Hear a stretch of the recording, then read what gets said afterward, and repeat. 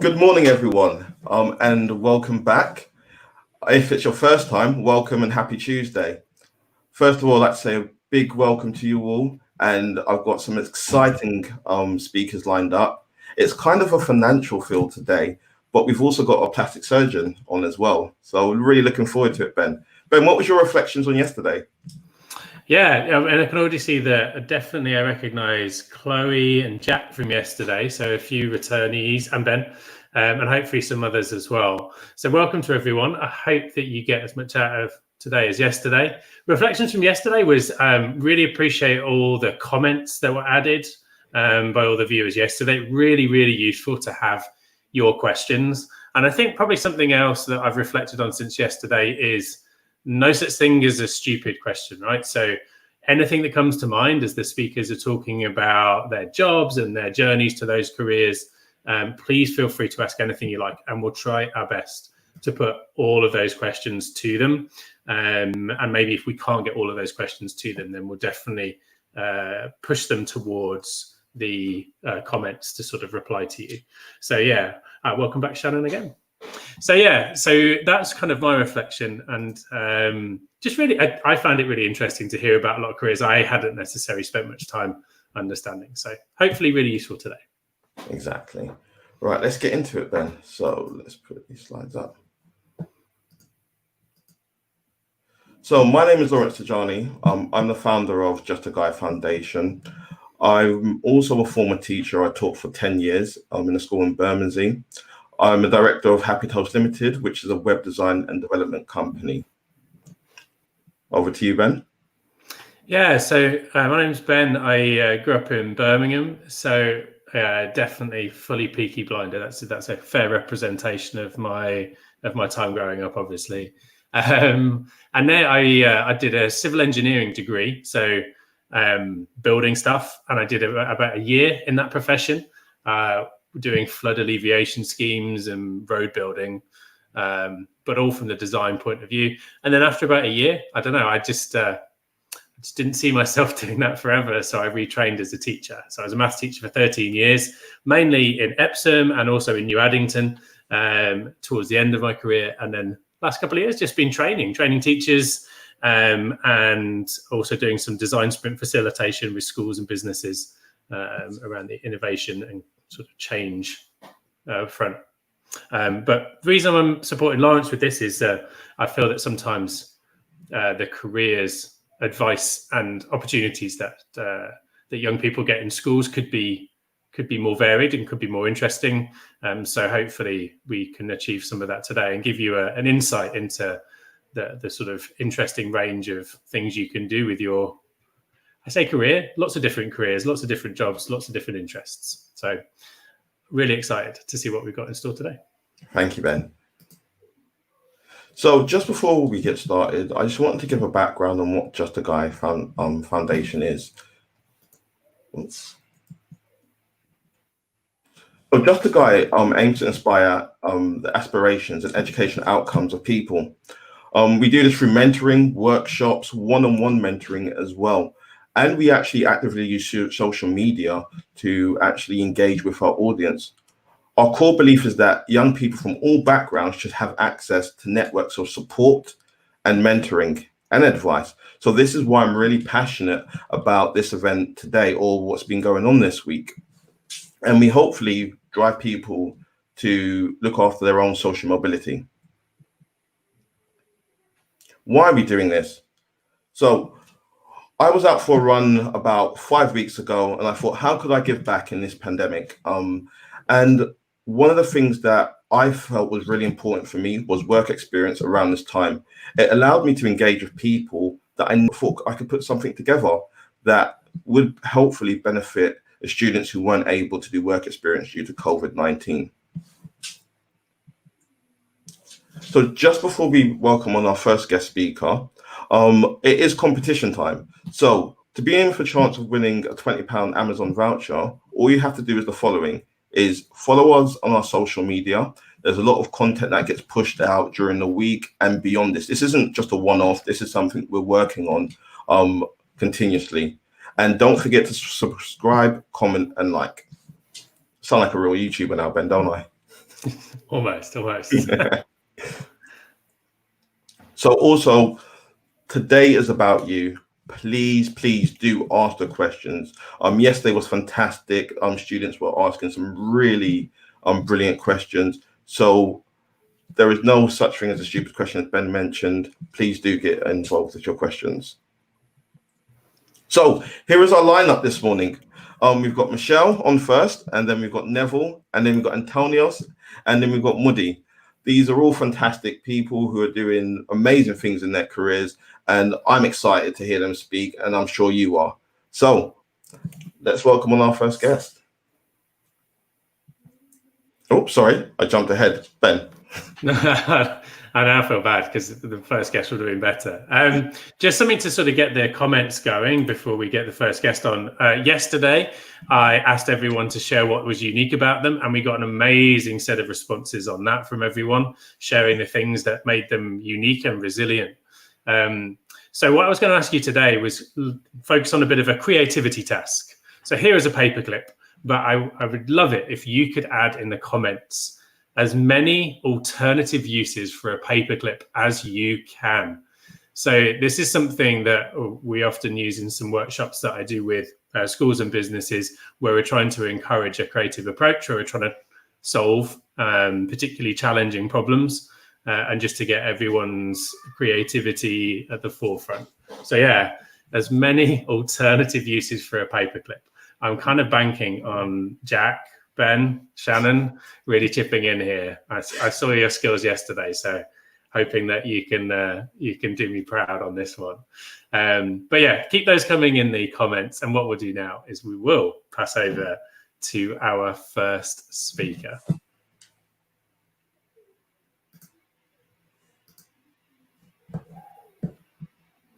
Cool. So we'd like to welcome Michelle. Hi, everyone. Hi, good morning. I'm good, thank you. How are you? I'm very well. So Michelle is the revenue strategy manager for CNN, but she's done a load of roles before that, and she's going to be speaking about her whole journey before she got to this stage.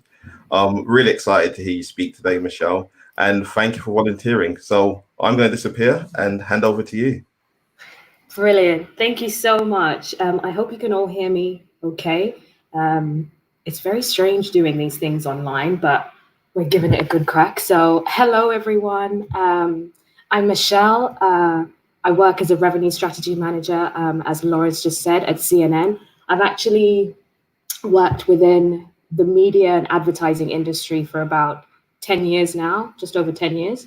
And I absolutely love it. At the moment, though, I'm working specifically within CNN's commercial arm, which is called CNN International Commercial.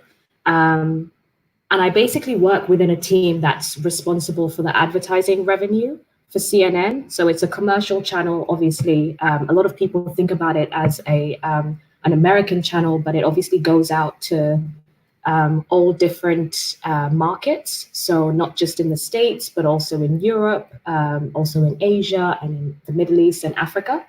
So I work with the sales teams within CNN. Sorry, I've got some notes just to keep it going. I work with the sales teams whose job it is to basically go out to brands and get them to advertise on CNN's platform. So not just the TV side of things, but also online and also social media. So to give you guys a kind of like example, we'll go out to brands, a brand like say BMW, or they'll come to us or vice versa, yeah.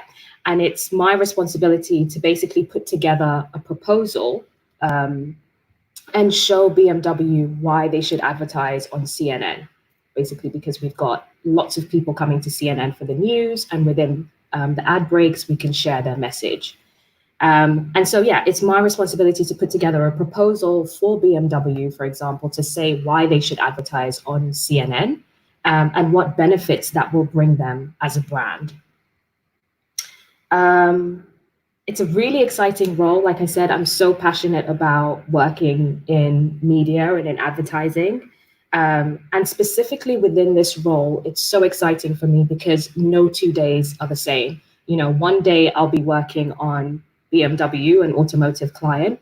And then the next day I'll get a brief for something like Barbie. And, how can we sell more Barbies to children? So no 2 days are alike. And it's always very different. You get briefs. As I said, I work across all markets. So we get briefs from Asia, from African brands. At the moment, I'm working on one of the biggest African brands out there, which is Dangote.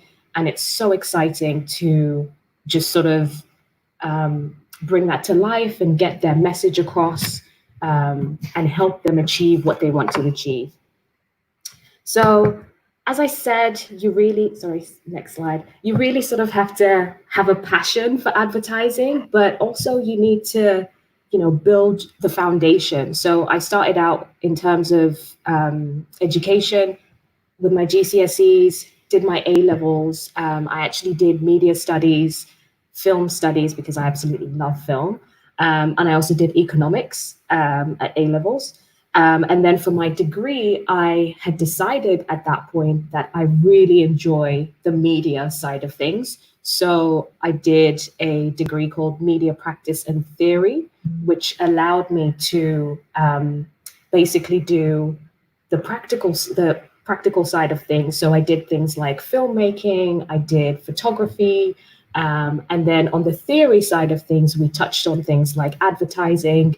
And that's where my sort of intrigue sort of started during that degree.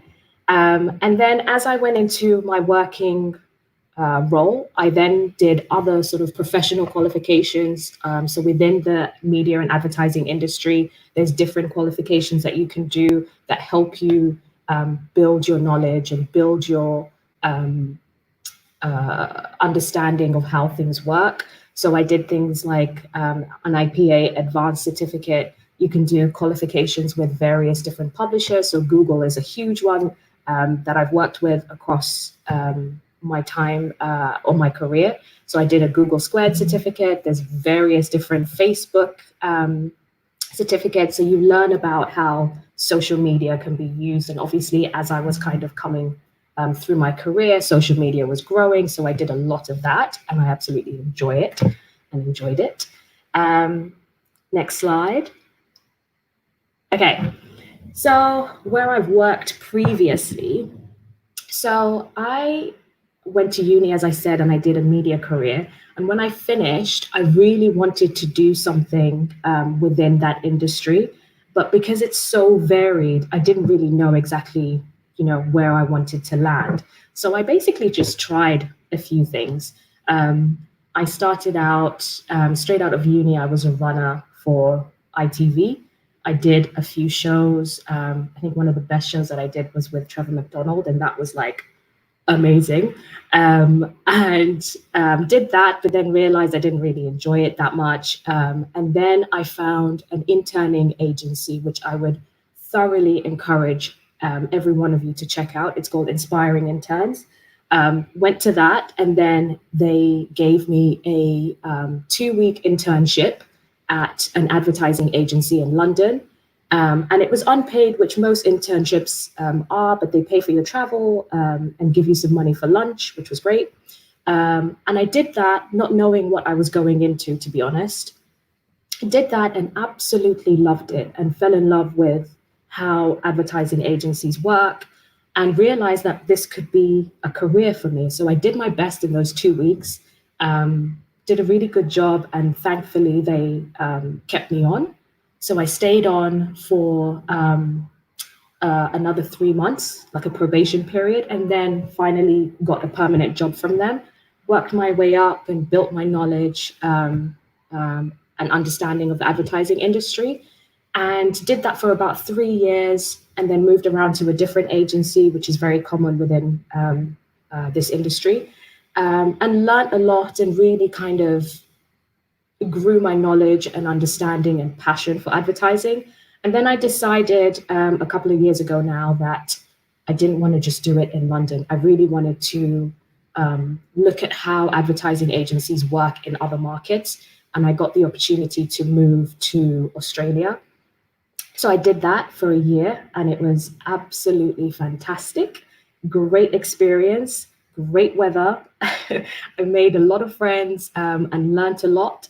And then I came back last year and decided, you know what, I need a different challenge. And I'd been working in advertising agencies for 10 years. So I decided I'm going to do something that's a bit more challenging, and decided to kind of jump ship and go over to the other side, which is publisher side. So working with the advertisers themselves. So at the moment, like I said, I'm working with CNN. And I think CNN is such a renowned sort of media company. Everyone knows it. Everyone understands what they do. And I really wanted to make a difference within that company. So that's where I am now. I'm only about 4 months in, but it's going really well so far. Next slide. What is my proudest professional achievement? So I put down, so within the media and advertising industry, there's an organization and a publication as well called Campaign. And every year they name their 30 most promising people, I guess, under 30. So a couple of years ago, I was named one of those people, which was such a fantastic achievement because it basically recognizes all the work that you've done as you're going up in your career. And it's also amongst all your peers and, you know, people that work in advertising agencies, in creative agencies, in PR agencies, in publisher side. So it's so many different people. And so to be recognized as one of the 30 was such a proud moment for me and my mom. So yeah, that is my proudest professional achievement to date. Next slide.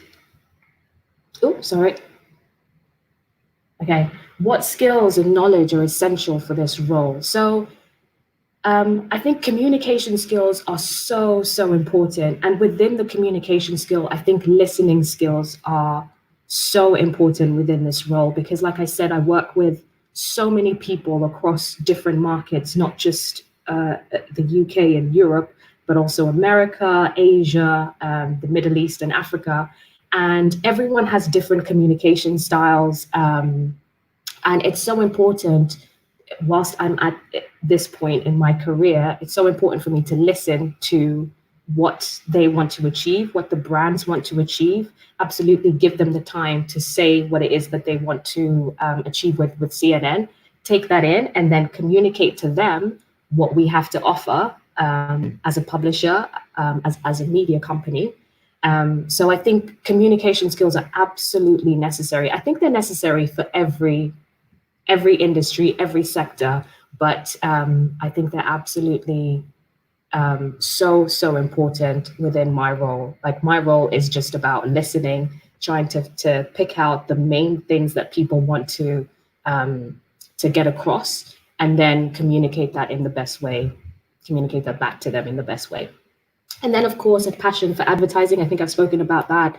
I've been in this now, just over 10 years, and my passion has grown every single year. When I look back to 10 years ago when I started in the industry, it was, I had no idea what I was doing, if I'm completely honest.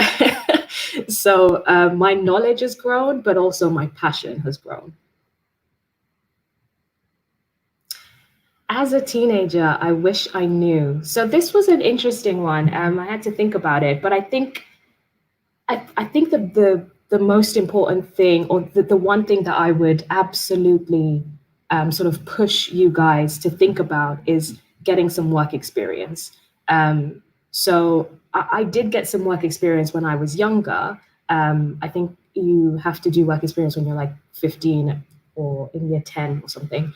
And it was so valuable for me because I'd never stepped into the working world when I was that age. And it was so important for me to see how, work environments work and get myself in the door, understand what it means to get up every morning and go to work and, make friends at work, because it's actually different to make friends at work than it is at school because it's a completely different environment.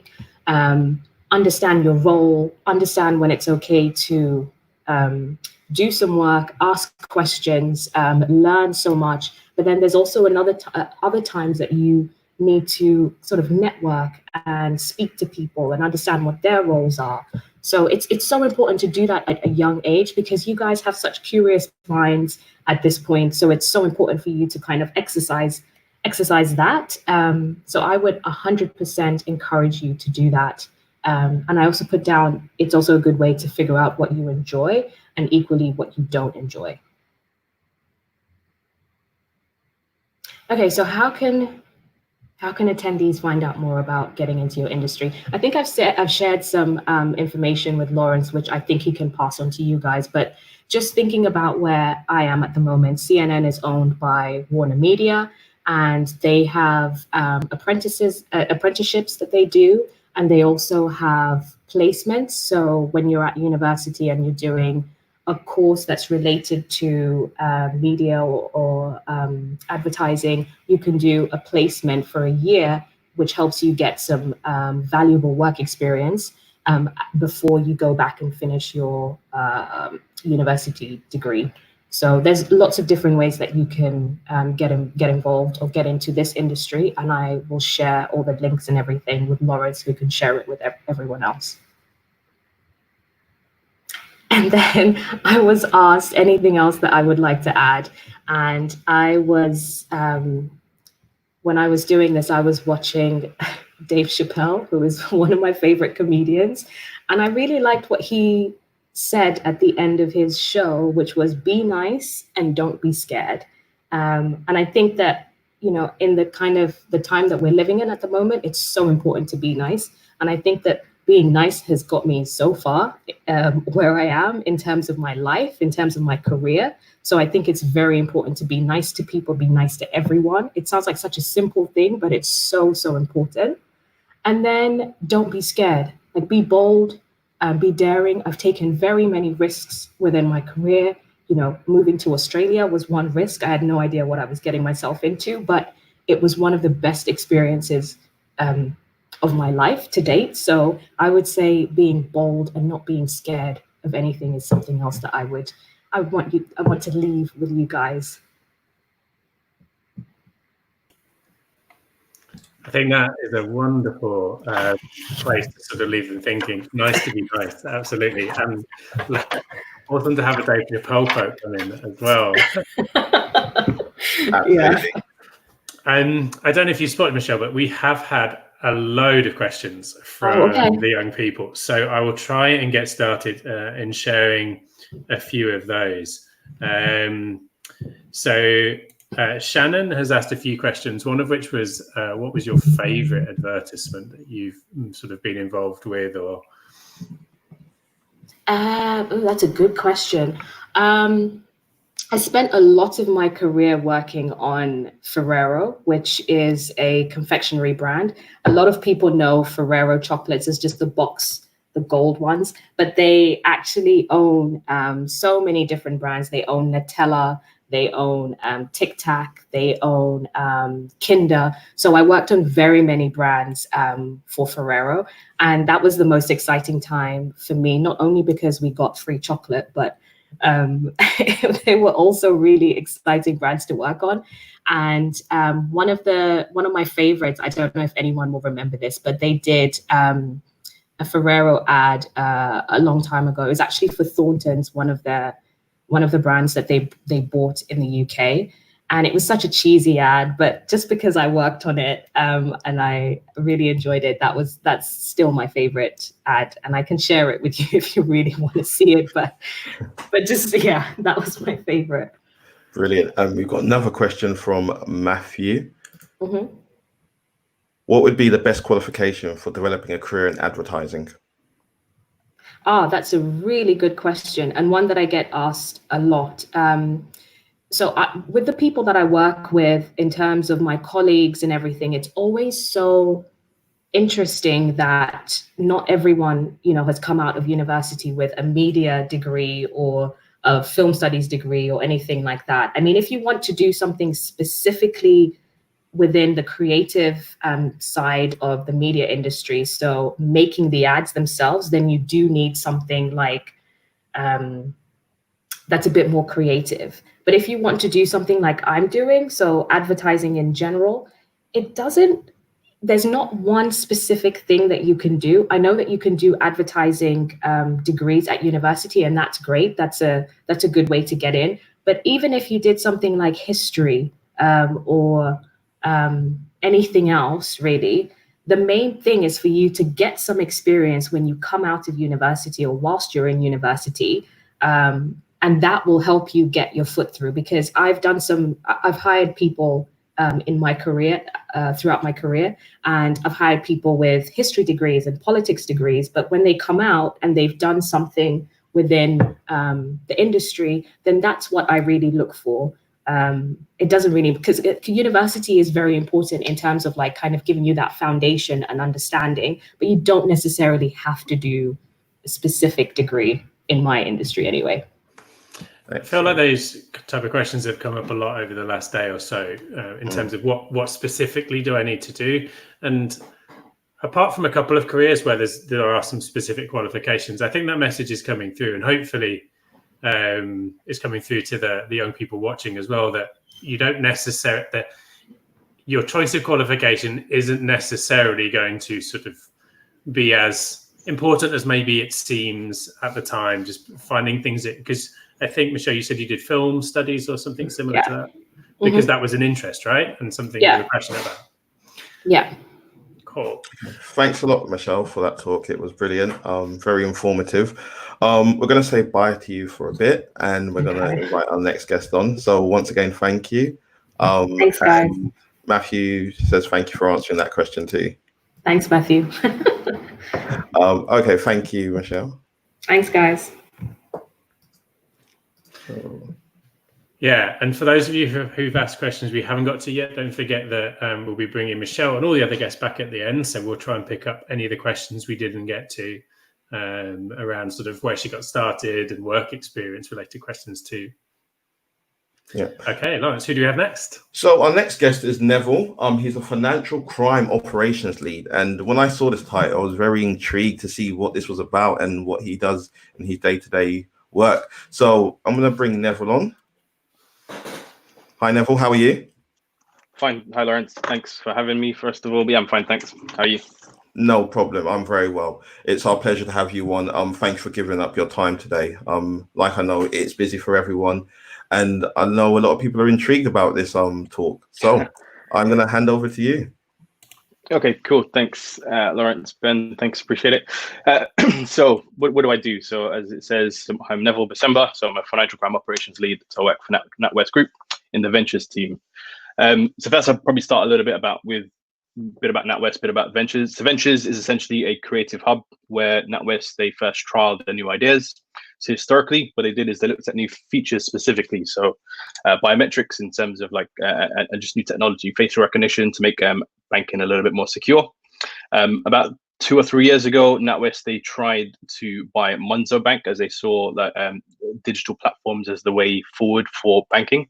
Unfortunately, their valuation of the business was way short of what Monzo valued it at, and that fell through.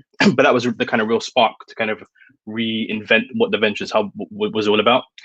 So where that fell through, they then decided we had got really creative-minded people, really technologically focused people in the ventures teams, and they then made a decision to start their own digital bank. And that's essentially where I work now. So as part of the ventures team, so some of you may be familiar with the likes of Monzo, Revolut, which are the kind of new fintech, so that's the terminology, type banks, which have moved away from a mainstream high street banking onto a new digital platform. And I'm primarily focused on working for the NatWest equivalent of those brands. So we're quite early in the kind of our run rate, our lifespan. We've only recently launched in the last 6 to 9 months. So we're not as popular or familiar as some of the other brands out there, but that doesn't mean that we're not equally as busy. Usually newly incorporated entities like ourselves, new to market type fintechs are the ones that are usually targeted for financial crime, because there is a perception in the industry that because you're new, you have quite limited resources, but also quite limited controls in place, which is really appealing to potential fraudsters and criminals, because they feel that it would be a lot easier for them to launder money or move proceeds of crime through the financial system using a newly formed business. So financial crime, what is financial crime? So essentially in my team, so the term I like to use is we're the gatekeepers for the bank. Our primary purpose is to protect the bank and the customers from all forms of financial crime. A bit about what financial crime actually is. So that is quite a generic term. Sorry, Lawrence, I'm still on the first slide, so I'll just kind of go off piece maybe a little bit, but I'll let you know when to change slides. Sorry. A bit about what financial crime is. So like I said, it's a generic term that's used across the industry quite widely, but it includes things like money laundering, like I said, people trafficking, but also terrorist financing at the other end of the scale.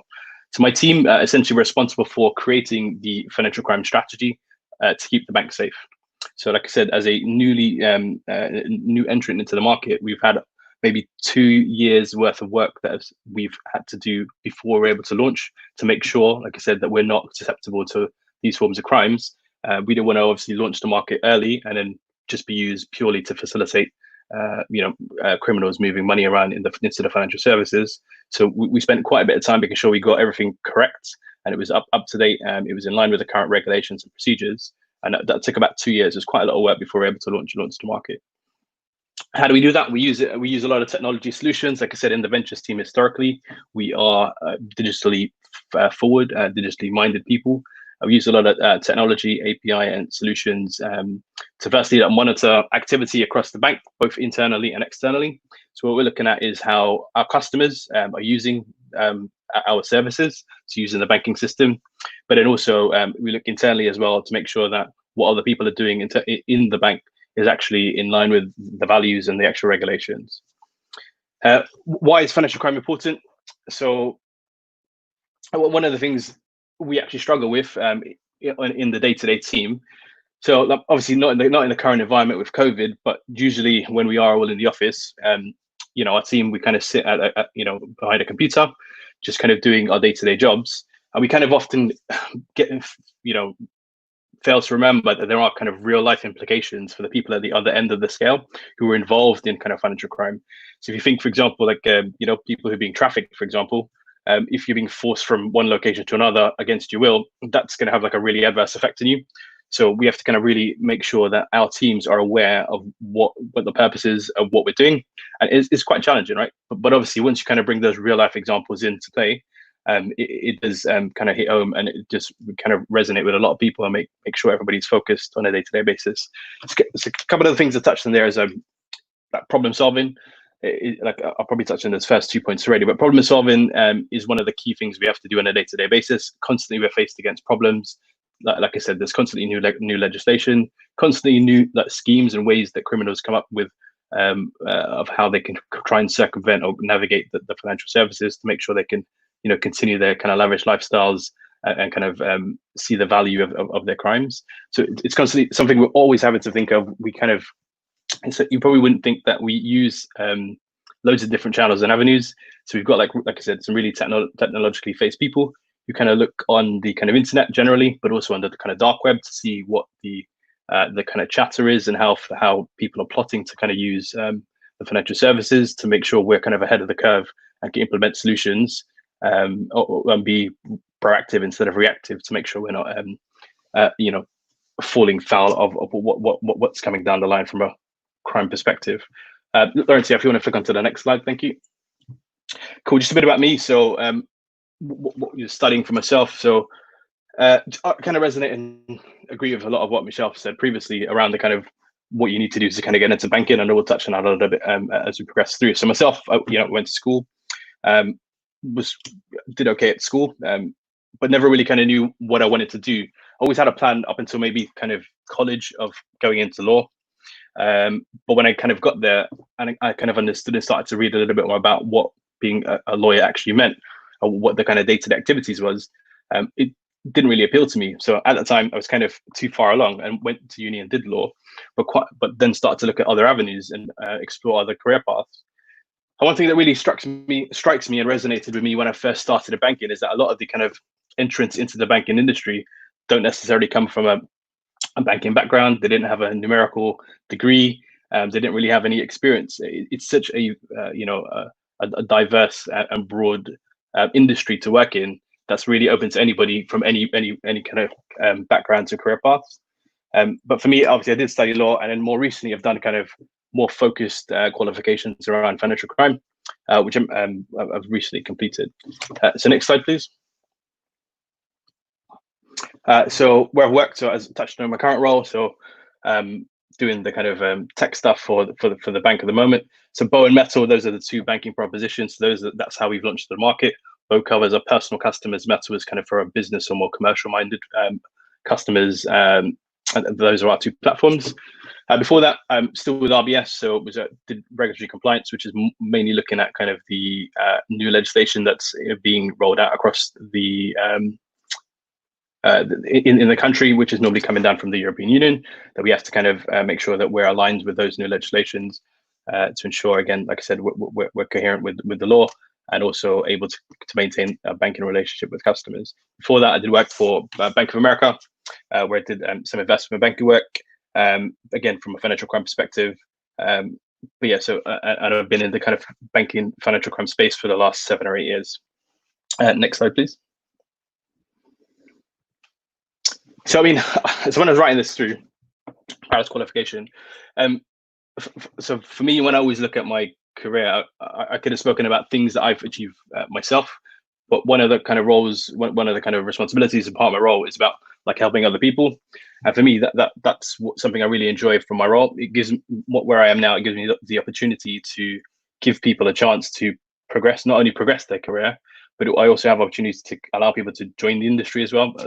So we've taken on board several people in the current role and previous role who had maybe none or very little experience from a financial crime perspective, but they're able to kind of show the core skills and competencies that are required to grow in the industry, and some of which I touched on before, right? So, you know, I don't think you'll find a degree studying financial crime at any university in the country, right? There's going to be several skills you can learn from studying, both at college, school, university, all different levels. That if you're able to kind of explain and demonstrate those from what you've been doing in your education or professional career to date, put you in a good place to be offered positions to progress in a career of financial crime if it was something of interest to yourself. But for me, like I said, so I've had several opportunities like to help people, and I really enjoy that. And I just put a couple of examples where I've had people that I work with currently or people I worked with in the past reach out to me and really just kind of come and give me some feedback on kind of an interaction I had with them before, or when they needed to make a difficult decision or an opportunity I presented to them that helped them to develop or grow their career. And those are the things that show that what I'm doing is adding value, not just in the wider space, protecting, like I said, our customers, but also adding value to the people I work with day to day. And that's something I'm really proud of. You know, it's all good me going to work and looking after myself only, but I think for me, I've had people that I've worked with that have offered me opportunities, so I always try and give back wherever possible. Next slide, please. Okay, so the skills that are essential for our industry. So again, these are quite generic skills. So again, you probably find these in a lot of courses that you study or at school, at college, at university. So again, like I said, you're probably not going to find a degree specifically on financial crime. But these are some of the key things that I think are really important. And I said, I go back to just a generalization, right? So the people at the top of the pyramids that are kind of committing these sort of crimes, like I said, they're into some really difficult and really untoward, nasty kind of activities. If you think people trafficking, drug smuggling, terrorist financing, to bring some real life examples, I think it's been reported that the 7/7 attacks in London cost less than £1,000. But if you think about the devastation that caused in London for the people that died and were injured, that small amount of money could have easily been kind of moved through the banking system undetected if there weren't the correct processes in place. And obviously in that instance, it looks like there wasn't. The money would have originated from somewhere, probably not in the UK, into someone's bank account where they were able to kind of do or buy the materials to create a bomb. Conversely, if you kind of look at the other end of the scale, to kind of the 9/11 attacks in America, that was estimated to cost close to £500,000. So again, that's probably a lot harder to kind of move that sort of money around the financial system, right? That's come from somewhere in the Middle East and ended up in America, where they were able to again do the same thing and buy kind of materials to cause some real havoc. So for us, like I said, the role we play in trying to stop and detect those sort of movement of proceeds of crime is really important. So there is no, it's such a diverse scale, right? So there's no amount too small or no amount too great. So for that example, £1,000, there's probably a lot of money on a small scale moving around the financial system in a day. I think in America, on average, $3 trillion gets moved around the US financial system. So if you think to try and detect a payment of £1,000, which could potentially be used for criminal activity, is going to be really difficult. And like I said, that's where we come into play. We use loads of different solutions, loads of different technology, but we also build a robust framework of checks and balances we have in place to make sure that these things are going undetected. And from our side, we prefer to be really busy and have loads of work to do and find nothing to be unusual, than for us to not be really busy, not do the checks we need to check, and then there to be some form of criminal activity or terrorist activity. Okay, so like I said, attention to detail is really important, right? So those small, minute transactions are things we're constantly looking out for through our transactional monitoring systems, where we're reviewing activity throughout the industry. But then also, like I said, touched earlier, problem solving are things we have to kind of react to on a constant daily basis. We're always having to, like I said, people are always coming up with new ways to try and navigate the system, and it's for our kind of responsibility to make sure we come up with creative solutions to stop those activities from happening. I touched on another example. So when I first joined the banking industry in 2014, I joined with HSBC. They were being investigated by the US authorities for breaching US sanctions. So sanctions are basically restrictions that are placed on businesses, countries, or people usually by governments. So in this particular case against HSBC, it was because of their, poor controls over US dollar transactions in Mexico. So some of you may have seen like Narcos or Ozark, maybe on Netflix. And there's a scene in one of the earlier kind of seasons of Narcos where effectively the kind of drug cartel, they're walking into the bank in Mexico with like, suitcases and bags of money. And that's like a real life scenario of what was happening in Mexico. So HSBC had a plan to kind of expand globally across the globe, and they bought a Mexican national bank, which was being used by the drug cartels in Mexico to kind of launder their money. And so essentially you had the guys in the cartel just rocking up to the banks with loads of money. The bank in Mexico had really poor controls. They didn't do anything to stop that from happening. And obviously, again, Narcos is based on sort of real life events, right? So we kind of know the kind of the activities that happen over there. So that has a really devastating effect on the society as a whole in Mexico, where you have kind of different gangs and different cartels having shootouts and causing havoc and killing people for territory, and so they can make as much money as possible.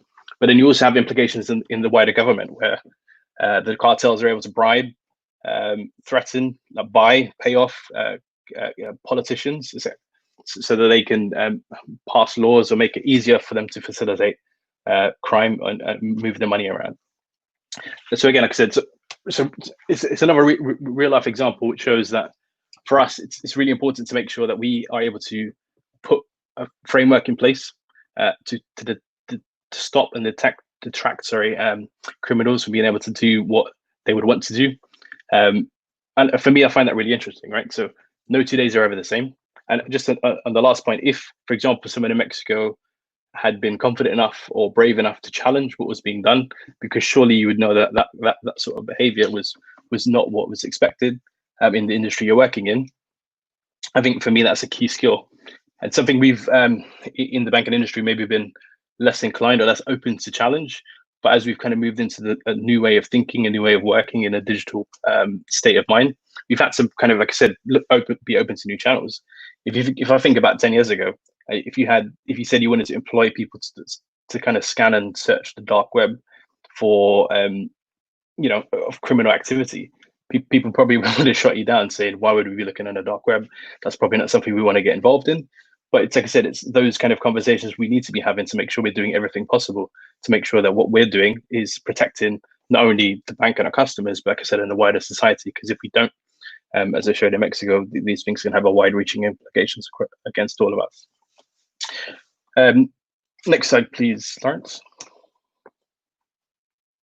So something I wish I knew when I was a teenager.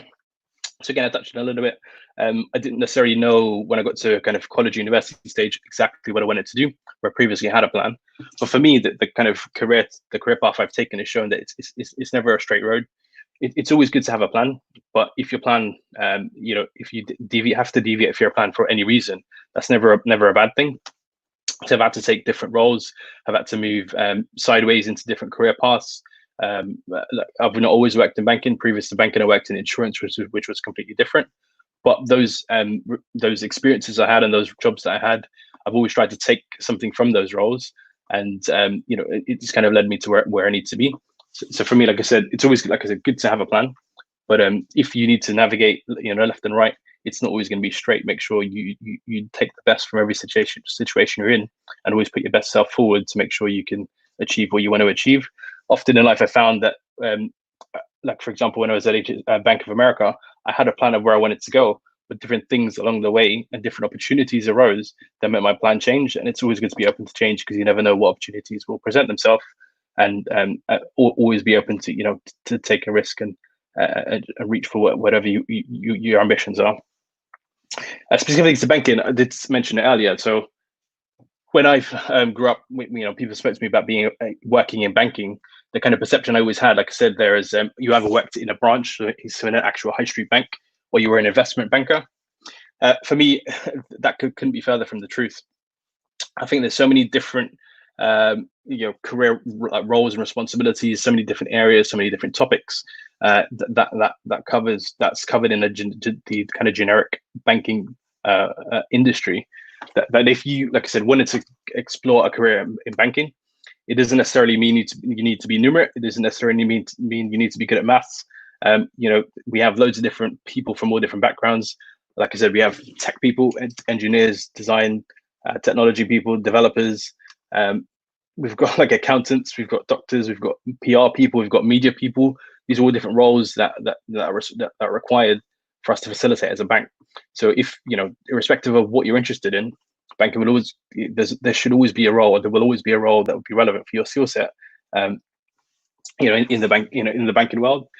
I think the hardest thing is to kind of get your foot into the banking world, because once you're inside, then you kind of are able to work for a bank. You have loads of different opportunities that are available to yourself. Next slide, please. Which is, following on. So I always say, so again, similar to what I do, obviously work in a kind of digital focused world. So LinkedIn is probably, for me, one of the primary sources of information that's available for anyone trying to get into the banking industry, or just generally trying to move around in the banking industry. Whereas before, banks historically have been very selective with the information they chose to share to the public. In recent times, on LinkedIn, they're quite happy, and it's become quite the norm where banks will share loads of information about their kind of current position in banking from a diversity perspective, which has been quite relevant and recent. But just generally about how they organize and structure as a culture in a business. So if you're ever wanting to learn a bit more about a specific bank or banking industry in general, there's going to be loads of content on LinkedIn which is going to be available. Specifically for people who are at the kind of college, university stage in life, I think Perspectives is always a good source of information for career planning.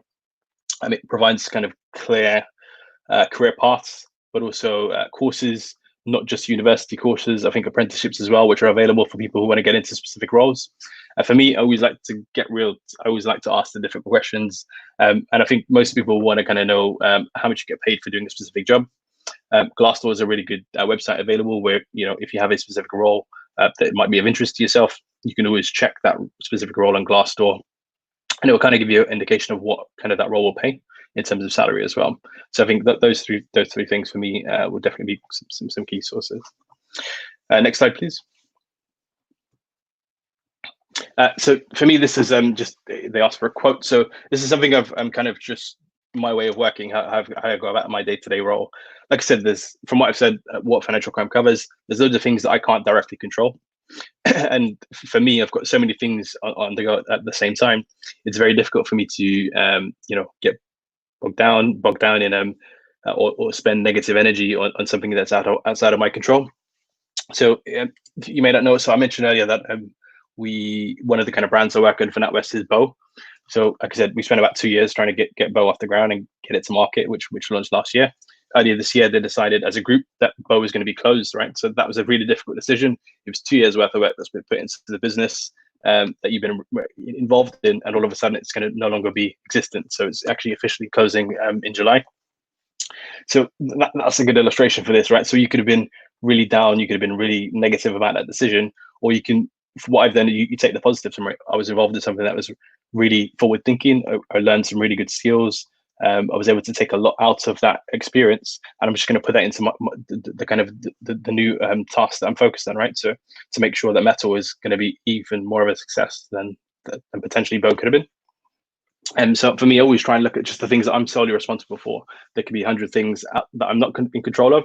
I'll look at the 10 things that specifically I can have direct impact and give them 100% to those things to make sure it's completed to the best of my ability. And that's always held me in good stead for my career so far. And something that I definitely would encourage you guys maybe just have from a different mindset, just focus on the things you can control, because those are the only things you are directly in control of, and that's what the things you can influence. And that's really it for me. So like I said, I've shared some kind of social media stuff. If there's any other questions, happy to take those now, Lawrence, or at the end. Thank you, Neville, for that. Really interesting talk. The chat lightened up when you started to talk about Narcos. So that's actually quite, interesting that people, it itches real life in terms of walking into the bank with money and stuff like that. There's a few questions in terms of, I've heard of money laundering, but does it mean moving money? So could you explain to us kind of briefly what is money laundering? Yeah, sure. So basically money laundering, so there's 3 stages of money laundering. There's placement, layering, and integration. Money laundering is essentially moving proceeds of crime, right? So that when you sell, drugs, or you've sold people in people trafficking, or you're trying to sell nuclear weapons, there's obviously money exchange. It's either going to be physical cash or it's going to be money through the financial system. Often you'd find criminals will use physical cash because they're not able to get it into the financial system. And money laundering is the process that criminals use to get money, cash, into the financial system. So placement is where they try to use various ways of doing it. One of the most common ways that we found, small fintech like ourselves, is small deposits of course several different people being deposited into accounts. And then once, so for example, I put 10 payments of £100 into my account over a few days, then I'll transfer that to the kind of, the guy at the top of the pyramid, and then he will have loads of people doing that. And then he will get, a large sum of money from say 10 or 15 people. The different kind of more complex ways of moving it around. There's different structures they can use and different ways of hiding and concealing the origins of funds. The kind of the UK legislation recently introduced has tried to combat a lot of that, to make sure that every institution is aware of who the kind of owners are behind the companies, so to try and mitigate some of those risks.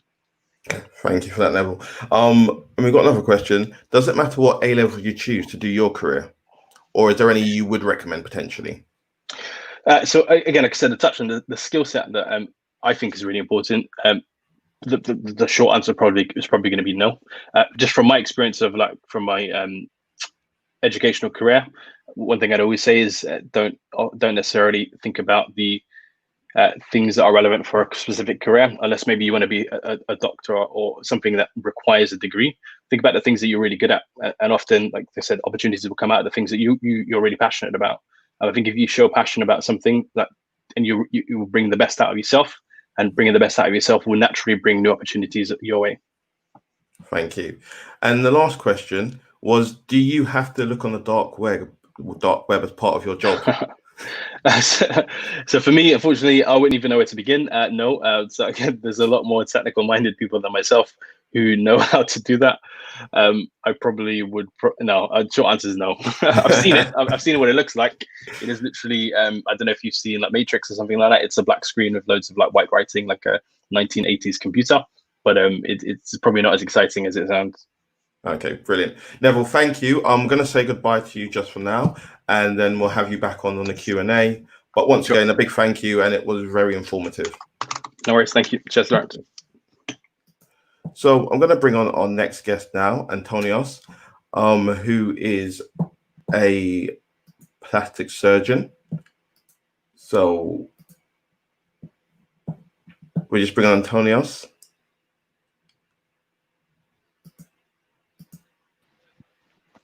Good morning, everyone. Morning, Antonios. Thought we lost you there for a moment. No, I was always here. I was fascinated by what these two guys before me said about their jobs. I would love to do any of these jobs. It was just, I don't know, it was just fascinating. It blew my mind. Yeah, I was taken aback by it as well.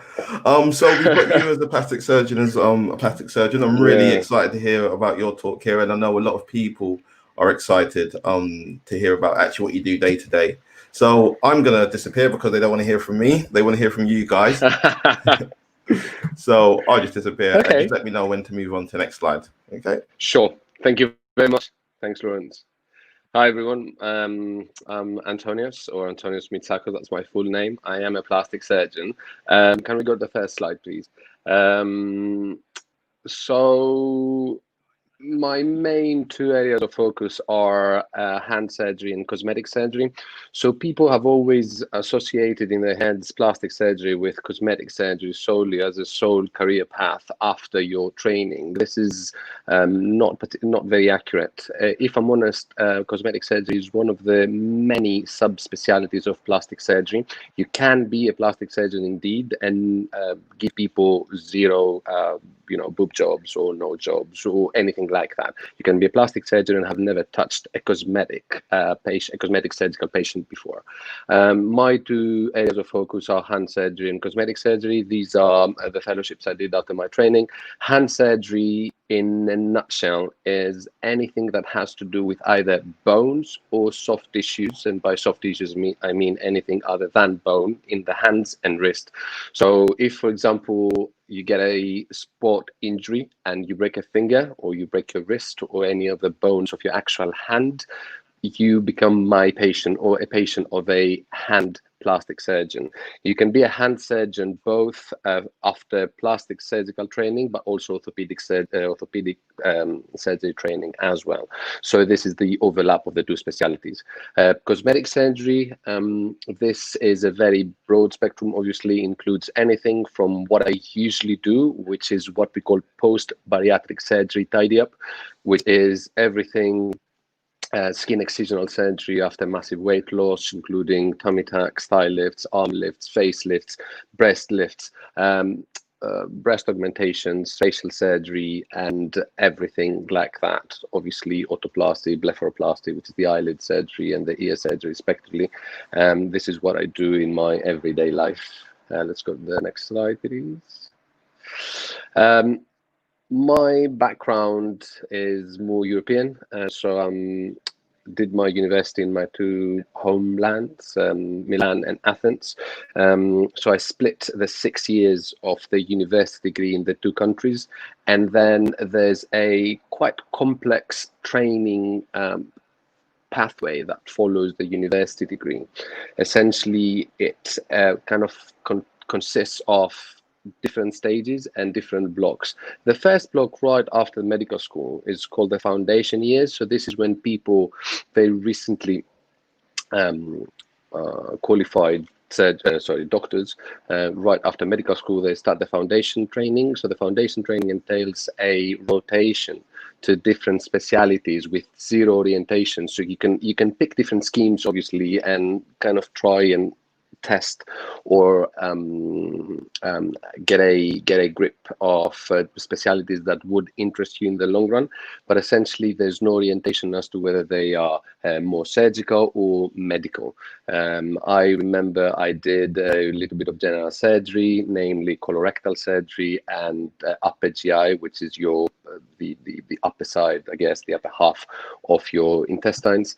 And also, I did geriatrics and I did GP as well. So a rotation of different specialties. Following this, there's another block of what we call core training, and there is a differentiation between surgical and the medical world at that stage. So people either go down the medical route or the surgical route. I obviously knew that I wanted to be a surgeon, so I did a rotation of 6 months block of different specialties for another 2 years. After this, one applies for the actual training in the specialty that they want to do. This is a few years of training depending on the specialty people do. In my case, this is about 5 to 6 years. And after one does the exit exam, which is the one that qualifies you as a surgeon in your specialty. Then you can apply and do your fellowships, and you can either do your fellowships abroad or in your country, subspecializing in the particular smaller field of the specialty that's very interesting for you. Can we move on to the next slide, please? I have worked in various hospitals. In fact, this is my joke always with my friends. When they tell me where people live or where people hang out, I always ask them which hospital is close to the area. So my landmarks are very hospital related throughout the UK. So my first years after the medical school I did in Bristol, and I worked mainly at Frenchay Hospital, which now sadly does not exist because they've built a new hospital, but also BRI, which is the the Bristol Royal Infirmary. I did my foundation years there, then moved to Manchester, where I did my core surgical training for another couple of years, mainly at Wythenshawe Hospital and MRI. And they have some great units of plastic surgery as well, which I mainly did in my core training. I was lucky enough to find different positions and locations in plastic surgery, which I knew that was my pathway later. So I got a lot of experience from that. And then moved to London to do my main training in plastic surgery. I started at Tommy's. I still remember my first day at St. Thomas's Hospital when I looked out through the window and I saw the Thames and the Parliament and London Eye and everything like that. And I thought to myself, how lucky am I to be here, do what I love, and having this view through the window. It was just insane. That after this, I did my fellowships, again, different hospitals in London always. And then I started doing my current job, which is my private cosmetic surgical job. I am a private surgeon, mainly based in Harley Street, which is the main street in London where private clinics usually are located.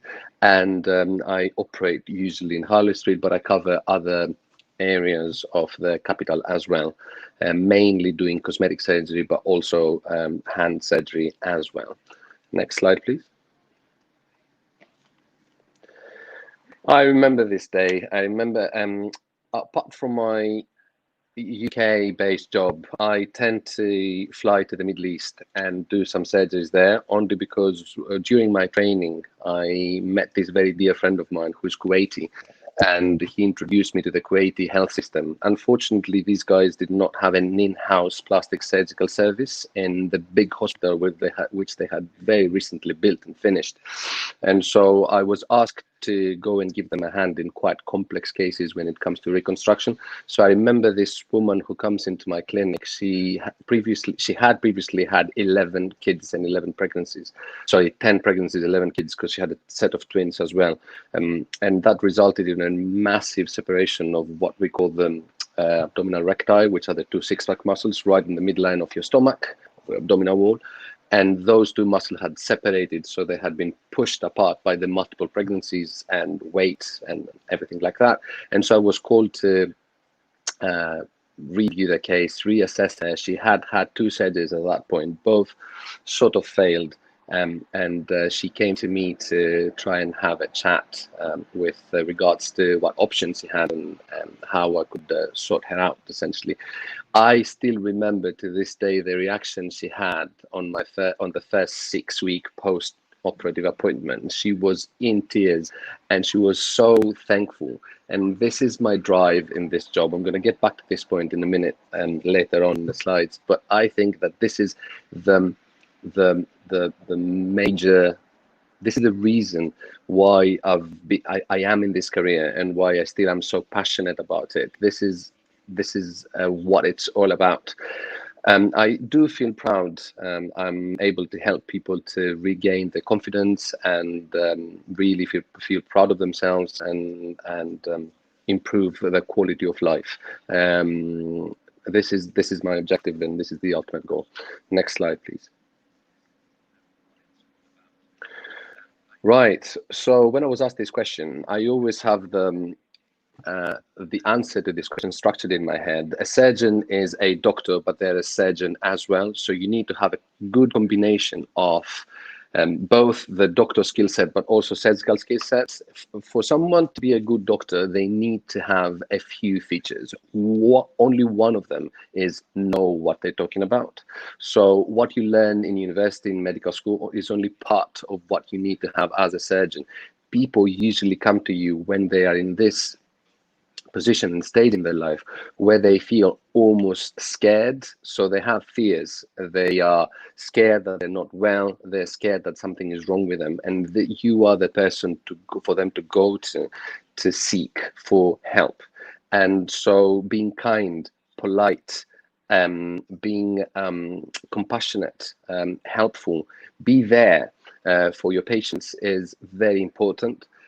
So in my opinion, for someone to be a good doctor, good knowledge of medicine is just not enough. They need to be approachable and they need to be relatable. So I've always thought that the bedside manners are almost as important, if not even more important, than medical knowledge. Also, as a surgeon, one needs to have obviously the practical skill set that comes with a lot of training, a lot of practice through your specialization, but also one needs to have personality features that actually fit the big picture of you being a surgeon, such as coordination, be logical, take initiative, know your limits, seek for help when you can't, when you don't know the answer to your questions, and just be in this mindset that everything needs to be done. This is one skill people develop in the surgical lives. I feel like that there is no such thing as I can't do it. We need to find a solution for everything. That's the burden on our shoulders, because when you have someone on your operating table, you can't just leave halfway through because you just don't have the answer to the question, or you cannot solve the puzzle. You actually need to find the solution there and then. There's an element of emergency as well, which thankfully in my field of expertise, in my line of work, is not something I encounter very often. But even on those few occasions where something urgent comes up, you need to be alert and knowledgeable enough, but also in a position in terms of initiative to sort it out and find a solution. Next slide, please. I was a very lucky teenager. I must say that I was in year 10 when I was asked by my teacher what I wanted to be when I'm older. I said I wanted to be a plastic surgeon. I still have my mom actually found this piece of paper a few years back, and I have it at home in my drawer. I thought it saved me from obviously, looking right and left and trying to figure out what sort of career pathway I want to follow. And I've nothing against this. In undecided people that really need to consider different pathways to really find the one that intrigues them, the one that motivates them. There's nothing wrong about this. If anything, it makes you dig deeper inside you and get to know yourself even better. I just belonged in this group of people that had a pretty clear picture in their head from a young age what they want to become when they're older. So I always wanted to be a plastic surgeon, and it's not that I have a medical family, because I don't. My parents are both in a finance kind of field, and so I no uncles, no aunties, no one around me, no close family friends. And so it was just something that landed in me, and I embraced it so strongly that actually a few years later, I was proud enough to become one. The reason why that happened, I don't know. What I do know, though, is that all these years after this, and I still have not regretted it, and I'm still very passionate about it. Next slide, please. So, unfortunately, I did not study in this country, so my medical degree was not in the UK, so I don't really know. I'm not the expert to give you advice on this one, but obviously if you go online, there's all sorts of information you guys need. apart from building a good CV to get into the medical world, you obviously need to show some dedication to the speciality that one needs to do. In my case, I've done a lot of volunteering, and and that worked in both directions, sort of both for me to show that I do care, but also just to get a greater grip of what this specialization, what this speciality rather entails, and just make sure that this is actually what I want to spend the next 40 years of my life doing. This is a very important part of your preparation to seeking your career. You need to make sure that this is something you will love. Next slide, please.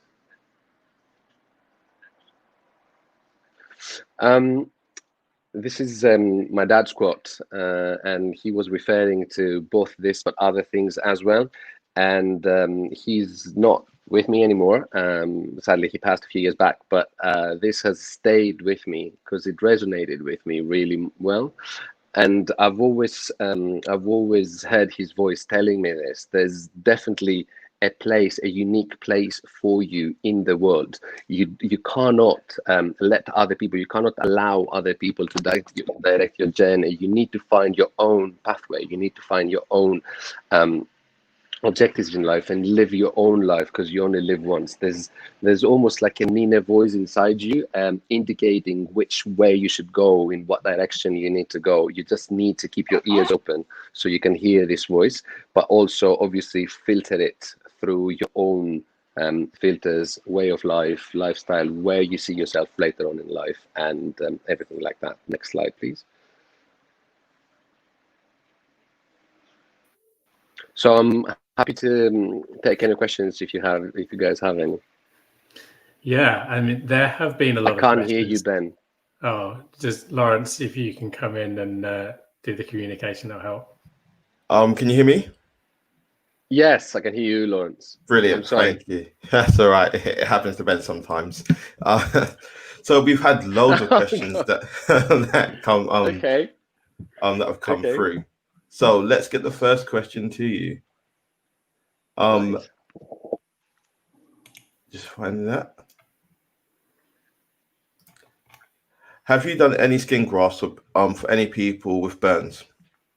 I'll refer you guys back to when I said that plastic surgery, any specialty, is consisted of different subspecialties. Burns is one of the plastic surgical subspecialties. So yes, I had an allocation in burns. That was at Chelsea Westminster Hospital, and skin grafts are part of what we do, but it gets way more complex than skin grafts. In your plastic surgical career, you kind of learn that there's a, if I was to become I don't want to get too technical, but skin grafts are quite low on the scale of different options we have for reconstruction.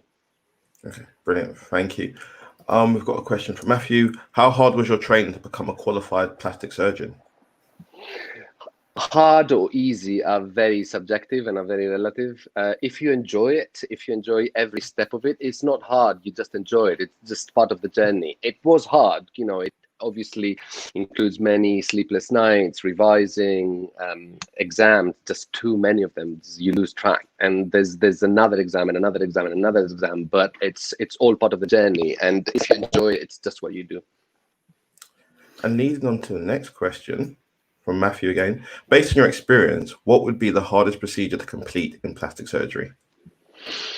I don't feel there's a hard procedure. There's you get in your realistically in your everyday life and in your surgical life, you focus on a slightly narrower spectrum of operations you perform, and this is because you want to challenge yourself, but you want to be safe for your patients predominantly. And so there's complex reconstructions coming our way every now and then, but it's not hard because the principles are always the same. Lengthy is a different, obviously, aspect of the operation, so they can take forever, but it's not necessarily the technical difficulties of it. I'd say anything including microsurgery, so anything that needs a microscope for someone to operate on, only because, again, the technical aspect of it. And what's the longest surgery you've completed in one go? Oh, that was in my training years, and that was, I don't do this anymore, but in my training years when we were doing facial reconstruction at Guy's Hospital, that was, I think, 17 hours. It was a massive tumor resection for someone's face and a total reconstruction both for bone and soft tissue. So there was a lot of different stages, a lot of different teams as well. But as a trainee, as a junior surgeon, I was expected, but also super keen on observing the whole lot. So I was there for hours. Brilliant. Thank you. Learned a lot, really a lot in that talk there. And the chat has been really popping off. I will send some more questions to you when we invite you back on with the rest of the panel. But for 100%. now, That'd be great. we'll just say thank you and we'll see you in a bit. Thank you for having me. Thank you. No problem. Thank you. So our next guest that's coming on is Muddy, and he's an insurance specialist and an actuary as well. I'm going to leave him to explain what an actuary is, and he works for the Bank of England. So let me just welcome on Muddy. I was tempted to say no, Lawrence. You introduce him. I'm not going to try that, Ben. Thank you for trying to put me on the spot. I leave it to the experts here. So hi, Muddy. How are you? I'm okay, thank you. Good. The time it's 18 minutes past. I have 12 minutes. Don't worry, Muddy. I'm sure you'll be great. Thank you. So I'm going to get your slides up, and then we'll take it from there. Okay. Sounds good. Hi, everyone. Let me move that back. So a quick background about me. I've been working for around 10 years. Most of my time has been working in insurance as an actuary. But I have spent a couple of years outside of the industry when I was essentially quite keen to hit it big, kind of in the startup space, renewable energy. So my kind of background is a little bit non-typical of what you may expect of an actuary. But let's keep it going. We have about 12 minutes, so I'll be quite keen. I'll be quite keen to kind of get through the slides as quickly as possible to give questions, because I do appreciate that the real learning and value add is the interaction and engagement. Thank you, Lawrence. I guess the first question maybe, if I put it to you guys, can you kind of write down in the chat box what you think an actuary is? I'll give you a minute or two to put something down before I let you know. Any guesses? I'm seeing the chat box. There aren't any coming through yet.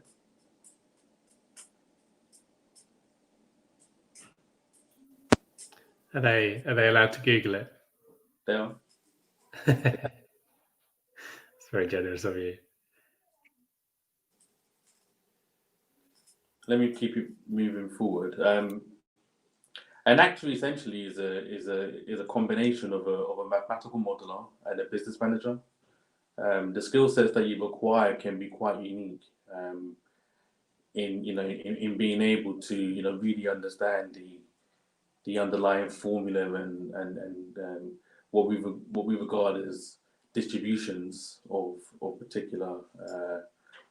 We refer to them as risks in actuarial language. But it could be anything from, say, how long we expect you to die. It could be how we may expect equity markets to move over a period of time. It's pretty much anything really. And essentially, what it to be really effective in the day job, it requires a real understanding and grasp across a number of disciplines. So, for example, economics, which is pretty fundamental to the job that we do. We have business I mentioned previously, mathematics. In particular, you need to be really good at probability and statistics. And essentially, the job of an actuary is to bring it all together, to be able to ultimately understand risk and to quantify uncertainty. Sounds quite grand, but it's quite fundamental to what we do. And then more importantly, having the communication to be able to understand and to be able to then explain kind of how uncertain we think the estimates we come up with are. That's quite important. In many ways as well, it's also quite important to be able to picture kind of virtual realities. One of the things that we do, for example, we may project potential scenarios, and they can be 500,000 scenarios, they can be 1,000,000 scenarios, they can be 10,000 scenarios. There's a lot of scenarios of what the future world could look like, and that forms quite an important component in allowing us to be able to kind of quantify the uncertainty I mentioned earlier. I think the other point I'll mention, kind of just to give a little bit more context, you tend to find actuaries are in 4 main traditional areas. So you have life insurance, which is actually my specialism. I'll talk more about that later. General insurance, so that's the thing. So kind of in an everyday sense, things like car insurance, the kind of the premiums that your parents are, legally have to pay without being arrested. Actuaries are almost certain to be involved in helping to price what that is. In investments, so you find, for example, there are a large number of asset management companies, massive, multi-billion-pound monsters, and actuaries going to be, involved there in, helping to ensure that the risk is that the money, I should say, is invested in a way which reflects the risk and return. And then pensions is the fourth one. I suspect as you grow a little bit older, you'll become more accustomed to pensions, but essentially, pensions are paid to people who have retired, so they've worked for their entire lifetime. They've now typically turned, say, 65 or 67, and each month they're then paid an income until they're done. Next slide, please. What does my role involve? So my role is pretty broad. I thought what could be quite useful is to maybe give you a little bit of insights around some of the things I've been working on to really give you a feel for the variation in the role. So I'm sure everyone is at home at the moment. COVID-19 is really big. It's been really big for a number of months now. And one of the pieces of work that I've recently kind of been involved in is trying to understand the extent of insurance companies' exposure from COVID-19. We've looked at that both on an asset side. So what you often find is, your parents might take out an insurance contract, and each month they pay money in for the privilege of being covered. And insurance companies generally then take that money and invest it into the markets. So maybe they might buy equities, Apple, Google, Microsoft, or a whole raft of companies, and they also may buy what we call as bonds. So they're supposed to be less risky than, say, holding equity, and in return for kind of the reduced risk, there's a more kind of guaranteed flow of income that they receive. But fundamentally, that money is only received if the company doesn't default. And by default, I mean that they're not on, that they are able to pay on time and on demand. So there's been a lot of one of the impacts from COVID and the social distancing and companies being forced to close has been a lot of companies. Think retail parks, think leisure centres, pubs. They've not been able to generate the money to be able to service their debts.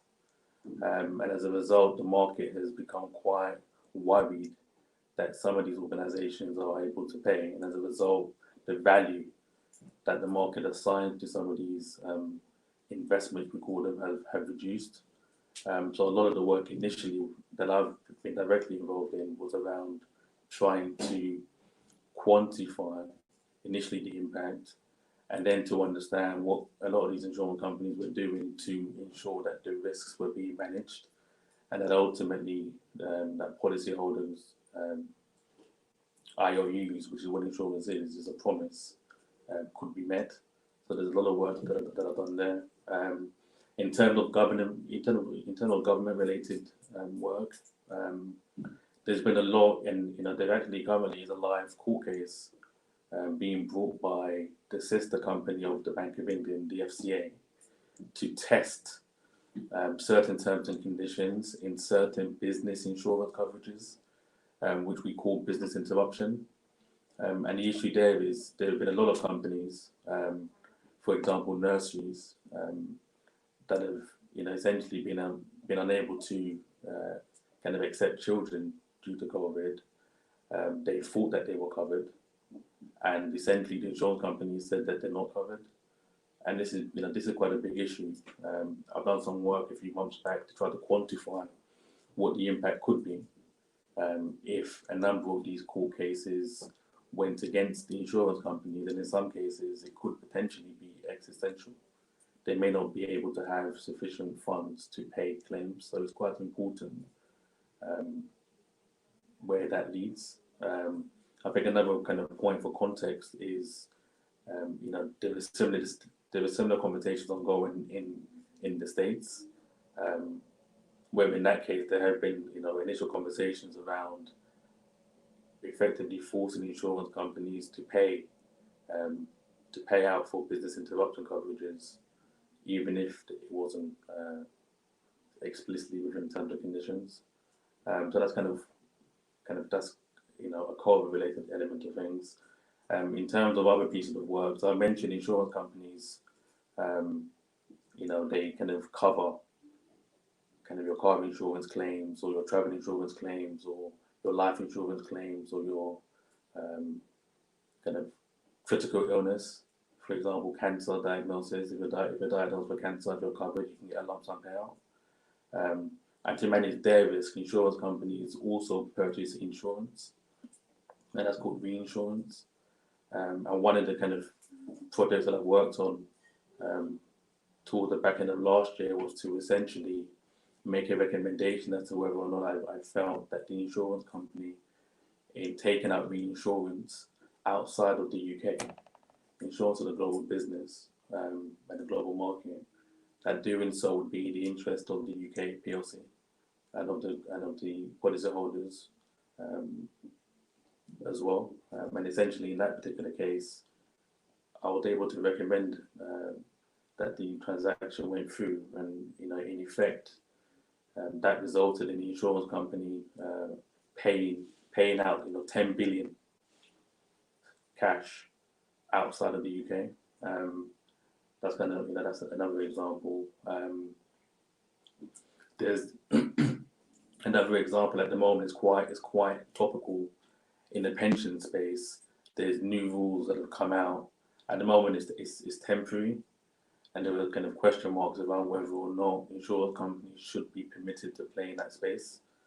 So that's, you know, more of a thought leadership piece that I'm working on. So that's kind of a bit of a feel for the sorts of activities that I kind of get involved in. Next slide.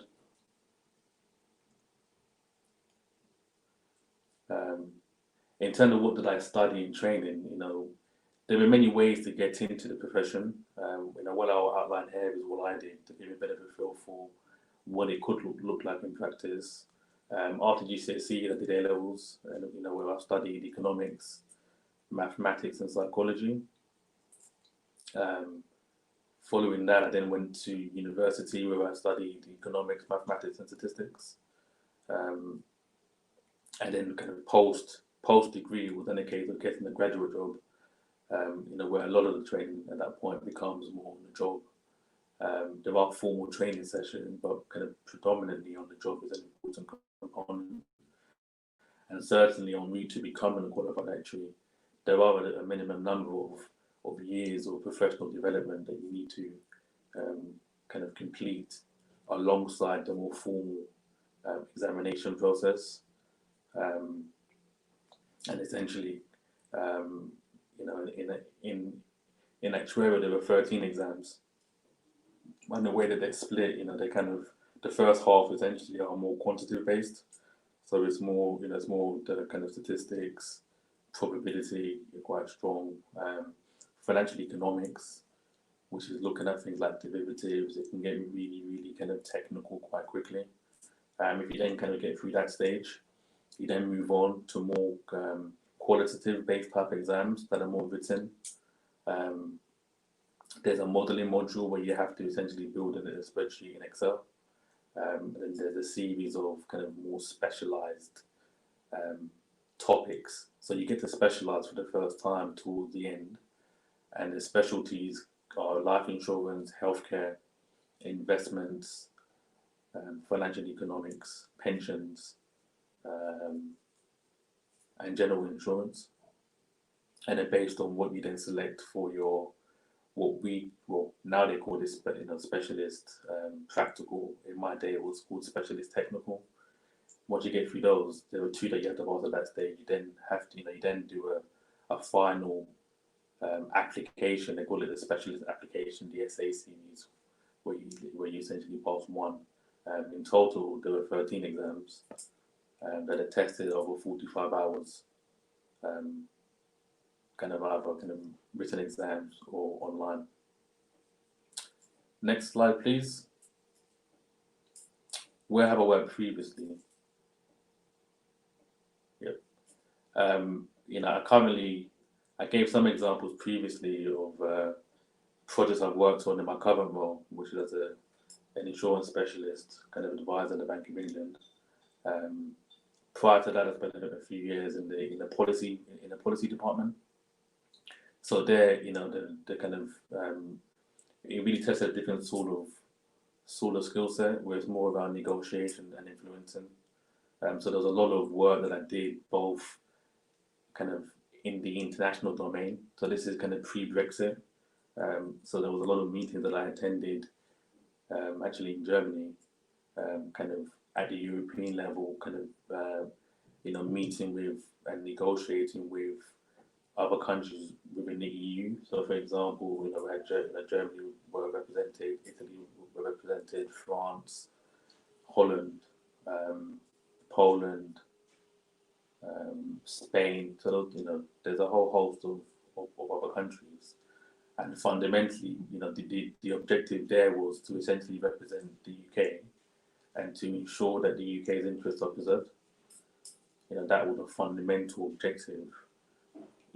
Kind of by any means. If you mean you stall the meeting and the meeting becomes really painful whilst you're kind of arguing over words, individual words, that's basically what you did to ensure that the UK's interests were preserved. That probably is the one aspect of the job that would be materially impacted as a result of Brexit. I'm sure many of you guys have heard of Brexit. Where the UK has now left the EU. So that part of the job falls away as a result of that. But there was also quite a big domestic agenda, where essentially, part of the role was around kind of writing policy that could be applied at the level of the industry.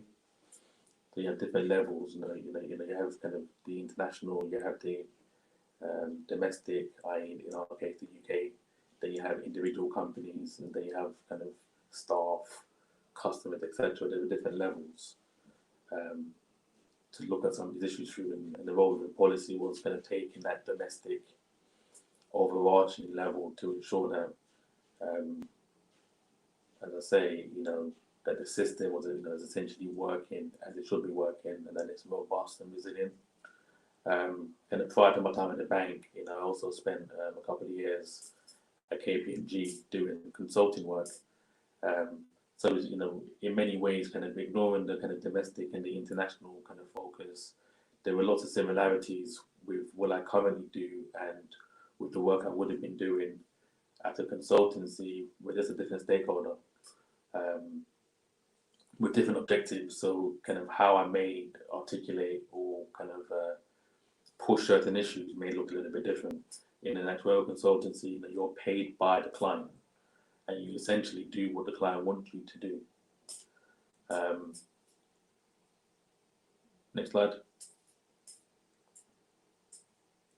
My proudest professional achievement to date. I think one kind of point to kind of give a little bit of context, I had a quick Google search yesterday. In the UK, there were around 150,000 qualified solicitors working in the UK, 150,000. The number of qualified doctors is about double that number. It's about 300,000. The number of qualified actuaries in the UK is 13,000. So that kind of gives you the order of magnitude and the niche nature of the job. So naturally, you know, I think for anybody getting into that sort of, you know, into a field that, you know, doesn't particularly admit a huge number of people is a hard thing to do, you know. And you know, bear in mind, a lot of kind of actuaries, you know, have really strong academics. So it isn't really about academics; it's about being able to demonstrate a little bit more, you know, passion, resilience. You know, these are kind of really important traits that are, I think, you know, I think they're important in all kind of walks of life, and that therefore also includes getting into the actuarial field. And I guess the other point is, you know, I briefly touched on it earlier on around kind of the grueling examination process. So on average, it takes anywhere between 3 to 8 years to finish the exams. You know, failure is more likely than not. So it's really important to be able to kind of develop the ability, the resilience that you need in life, which also kind of includes being able to kind of get through kind of quite difficult exams. I think it's really important, you know, probably to also make the point, you know, typically we compete against ourselves, and certainly, you know, when you're kind of at the GCSE level, everyone is going to school, and you know, maybe it is a little bit easier for some to shine. But as you kind of go up, you know, you do A levels, you do degrees, you do professional qualifications. The pool is changing. You know, someone has to fail, and so you're always, you're always having to work hard to try to be in the top quartile, in order to get through these things. Next slide. Skills and knowledge. There isn't a huge amount, you know. I mentioned a few here. You know, some of the other speakers have mentioned, you know, for example, communication. I think it's important in a lot of jobs. I think it's particularly important in jobs that are quite specialized. You know, being able to explain what is tricky and complicated in language that people can understand is really important. And it can be quite challenging to do. It can be even more challenging when you are, you know, around people who also know the topic. Because what tends to happen, you know, maybe it's a math specific thing. You know, people can talk in code. There's a lot of shorthand kind of that gets used a lot, and you can, you know, if you're around it over a period of time, you can kind of forget that actually, you know, this is something that, you know, you might have taken a number of years to get to. And in many ways, you know, being able to kind of, you know, maintain focus on the end customer can be quite useful, to preserve that focus. So I think it's really important. And then the other point probably, or the other points I probably will mention, you know, typically you do find that the overwhelming candidates who do become actuaries tend to come from a numeric degree. It isn't a requirement per se. Well, it isn't a requirement if you have A-level maths. But you know, just from my experience, you know, people could struggle if they don't at least enjoy the mathematics, and you know, being prepared to kind of work through it and spend hours doing equations, and you know, kind of really understanding some of the kind of first principle ideas that the maths is trying to teach you. Next slide, please. As a teenager, I think one thing that is probably worth mentioning, you know, I think working smarter as soon as possible, I think is really, really important, and it can make your life really, really easy, or easier, I should say, kind of going through life.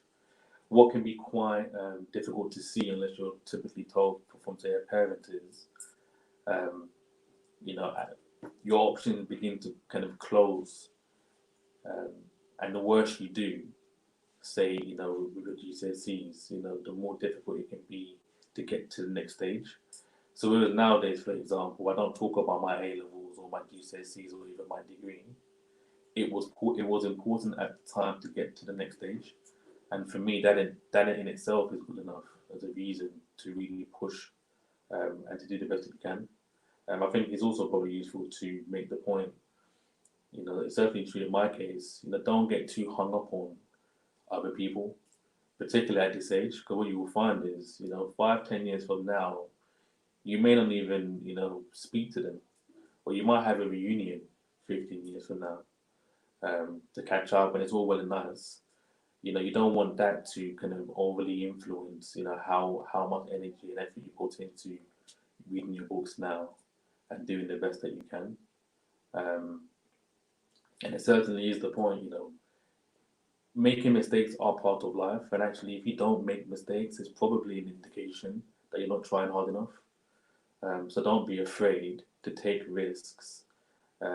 Don't be afraid to, do something and realize maybe it's not for you.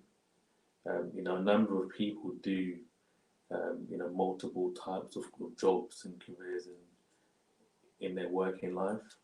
So just don't be afraid of that. Try to get as much information as possible, and ask questions. That certainly is one thing I've noticed. When I've done graduate interviews in my current role, you do notice the ones who, it's the ones who are not afraid to look, silly, for want of a better word, that actually have more chance of getting through, because it indicates an independence and it's indicative that actually, they're the sort of person who, if they're struggling, they will call it out and get help, as opposed to waiting, losing a lot of time, and just being worse off for it. And the last point I have here, is, I do agree, kind of, it takes time to find yourself. Take time to listen to your inner voice, and to be around people who, who are rooting for you and who want to see you be the best version of yourself. I think that's what's important. Next slide, please. Lawrence has kindly put a link there for more information.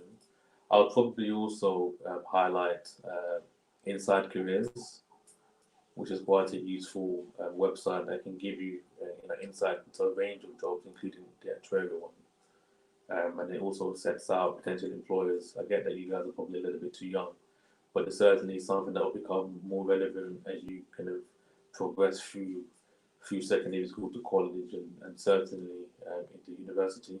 And I'd also probably plug, if you can, that try and do a placement whilst in university. They tend to be done in the second year. That's probably advice that I wish I'd been told, because it does make your life a little bit easier when you're able to reference an actual job that you've done when you're going through the interview process, when they're asking you very specific kind of, what we would call as competency-based questions, and there are techniques for that. And I would encourage you to speak to your advisors. You would, I'm sure, going to have, there's a lot more information that they can provide for you. Next slide. Is that all? Next slide.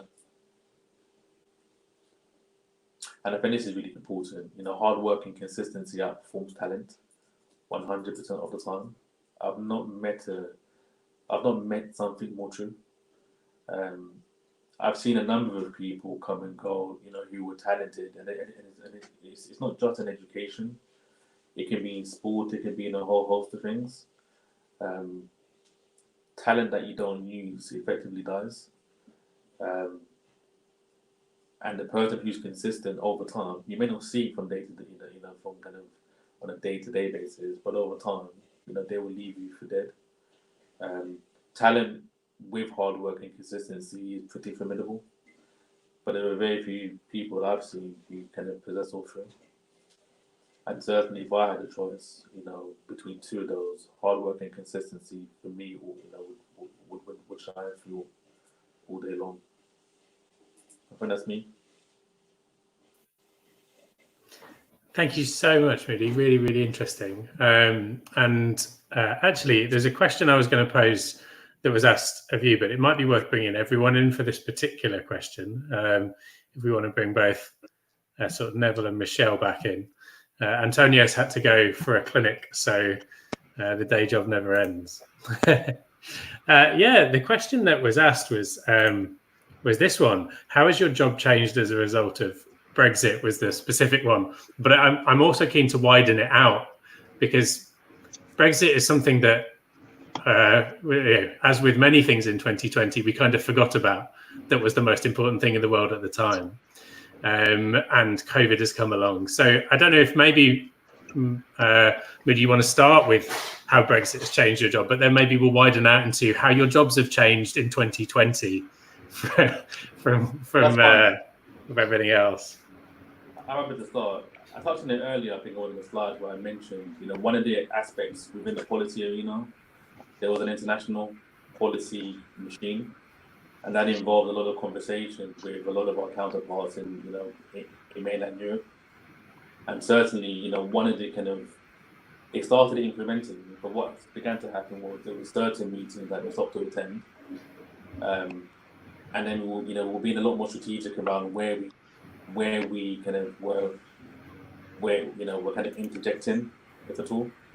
So that was quite marked. And certainly post January, we just don't attend the meetings anymore.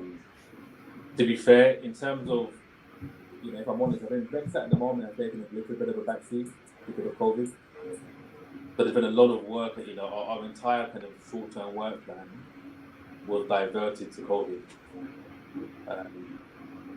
And also, certainly from my perspective, we do a lot of work with Treasury. They were in charge. We did a lot of the negotiations with the EU. And certainly, we're still not clear yet what the future relationship looks like. But there's a big uncertainty because our work plan and what we decide to do will be heavily influenced by them. We're doing a lot of work in the background, say on equivalence. How do we ensure that the UK is equivalent to?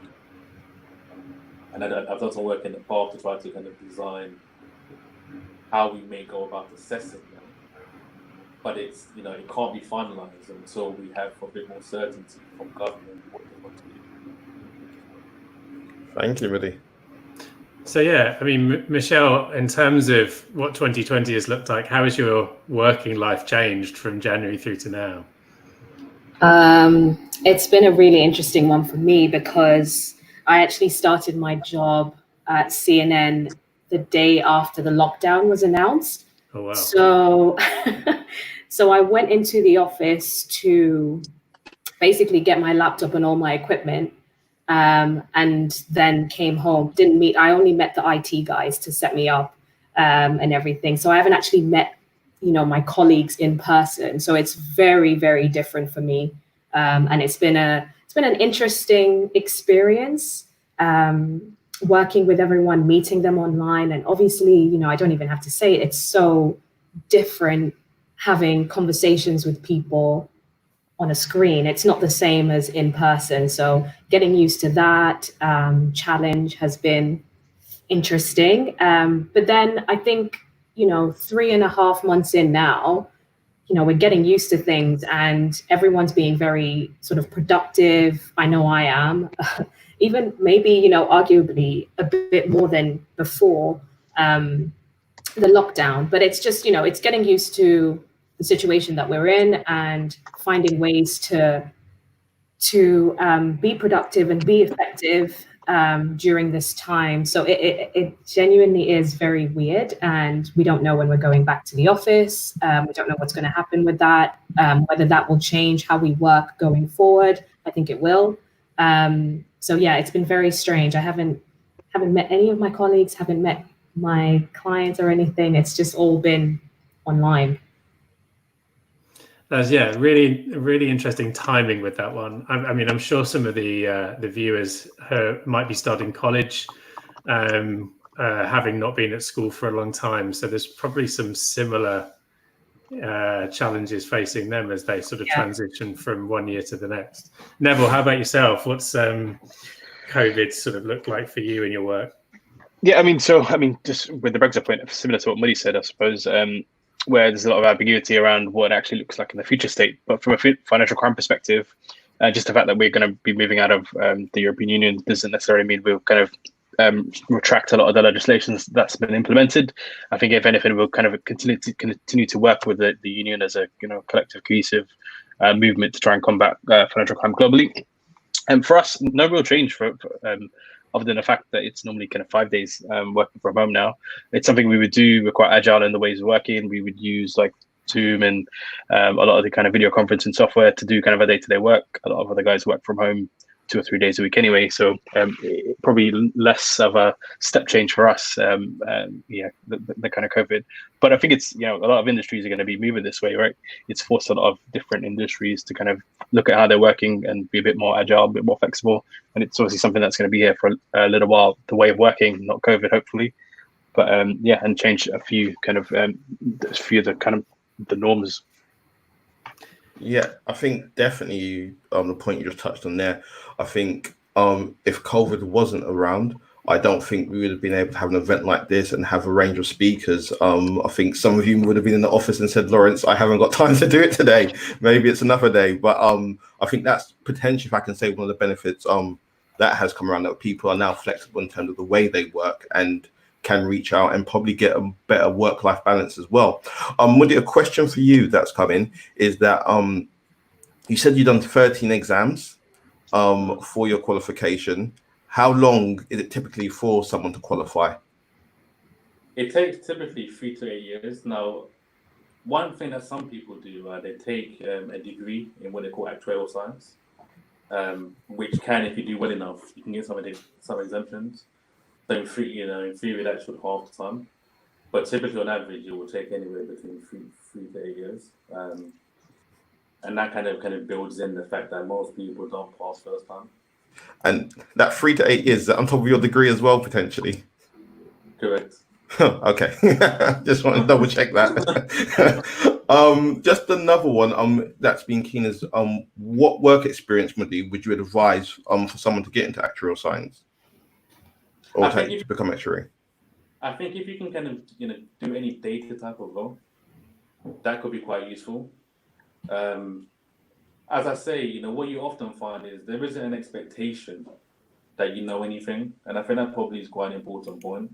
So you can't really say anything that is silly. What people are really looking for is that you have a little bit of drive and get about, and if you're able to just demonstrate that you have a little bit of passion, and that you try to find that information, that's enough. I think above all, you want to be able to demonstrate that you have consistently been able to generate good grades. Because, for example, they do change it around a bit, but broadly, if you don't have a B in A-level maths, it's possible, but it becomes a bit more difficult. You're competing with guys that have A's. And one of the things I just want to open up to the panel is a lot of you have said that you've interviewed people, you've been on panels in terms of hiring people. What is the kind of skill sets that you do look for? What do you look for in interviews that candidates stand out to you? I can start first. Certainly with graduate recruitment, there tend to be 2 phases. One is the interview stage, which is maybe an hour. And then the other piece is they call it the assessment center. And in the assessment center, they tend to be group-based activities. Now, certainly, when I'm looking, I'm really looking for leadership.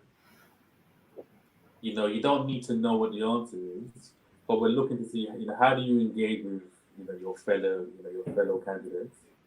Are you the sort of person who tries to just dominate and boss people around, and you want that open to hearing feedback and to allowing other people to really input into it? That tends to be a character that probably scores on a broader end. There is one candidate that really stands out to me, actually, and I really defended him. So what tends to happen, you have a wash-up session at the end where people kind of go through all the candidates then get discussed, and I was quite vocal in saying, actually, I felt he demonstrated a skill that is unusual for people who are young, and there was a conversation. He didn't agree with what they wanted to do, but when he wrote it up in a way where he stuck to what his principles were, but he didn't say that, this is wrong, so this is what I'm doing. He found a way to weave it in a way where I could see that actually, he didn't agree. He tried to fight his corner. It wasn't that effective, but the write-up reflected that, and I thought that was, it's a very unique skill set that often people need time to actually. It's also pretty brave as well in terms of doing that. 100%. And as I say, I was really impressed. And I was adamant, and in the end, you know, he works at the bank now. There you go. So that's you're saying that I hired him, yeah, basically. That's right. Michelle, anything you'd like to add to that?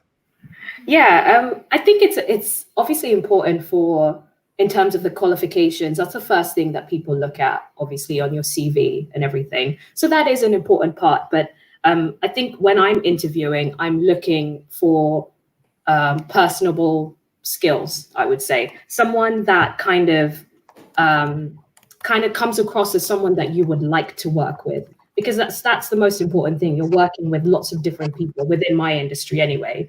And it really, like the people that I've hired previously are people that come across as a nice person to work with, for lack of a better way of saying it. But it's just important to have people that aren't going to be difficult. Of course, you have to be sort of challenging and, like Moody said, argue your point and everything. But at the end of the day, it's an office environment. There's lots of different personalities, and I'm always looking for people that can fit with lots of different people. So being personable, I think, is something that I always look for when I'm hiring.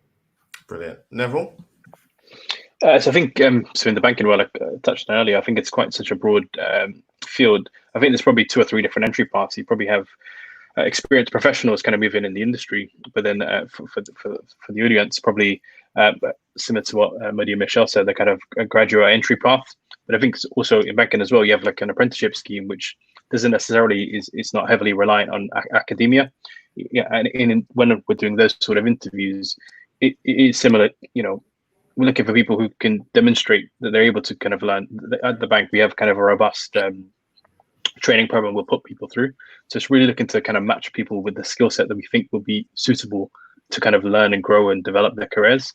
So if you're able to demonstrate, that keen, your enthusiasm, your keen and willingness to learn and really kind of grasp things and similar to what Michelle said, I suppose, making yourself really personable and kind of interacting and understanding the ways of working, those sort of attributes would put you in good stead. Oh, thank you, guys. I'm aware of the time, and I know you're really busy, so I'm going to give you a last question to kind of round this up here and keep it as short as possible as you can. If you were to go back many years, because I know most of you, what would you tell yourself to do over the summer holidays now for the future?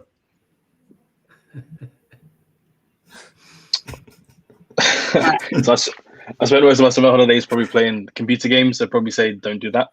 Read. I think educate yourself. There's so much information out there. Even in my time, the internet is kind of a untapped source of information. So a lot of the things that you probably aren't aware of is accessible if you go looking for them. So that's probably the thing I'd say. Use your time wisely. We've had 3-4 months at home where we've kind of not been in a normal kind of environment. So if you haven't yet, summer's almost there, even though it's not sunny outside. But use the time wisely. Yeah, you do your research. There's a lot of information, on all the kind of digital platforms. But then every business will have their own website. They have a lot of information, and the opportunities open to them as well. So similar to what kind of Moody said, if you're prepared to put the work in, that will usually trump people who just rely purely on talent or skill. If I can jump in on Neville's suggestion to read, something I've done more recently in my life, but I wish I'd done a lot more, is reading around topics that I don't have a direct understanding of, and sort of widening my empathy for as many different situations as possible. So if any of the viewers are in a position to do that, I strongly recommend sort of widening your understanding of everything you possibly can. Michelle and Woody? I would echo those points. I think it's so important to be curious in this time. I know I am as well. And I think that like a lot of people can be a little bit intimidated by certain companies, certain industries, thinking, how do I even get into that?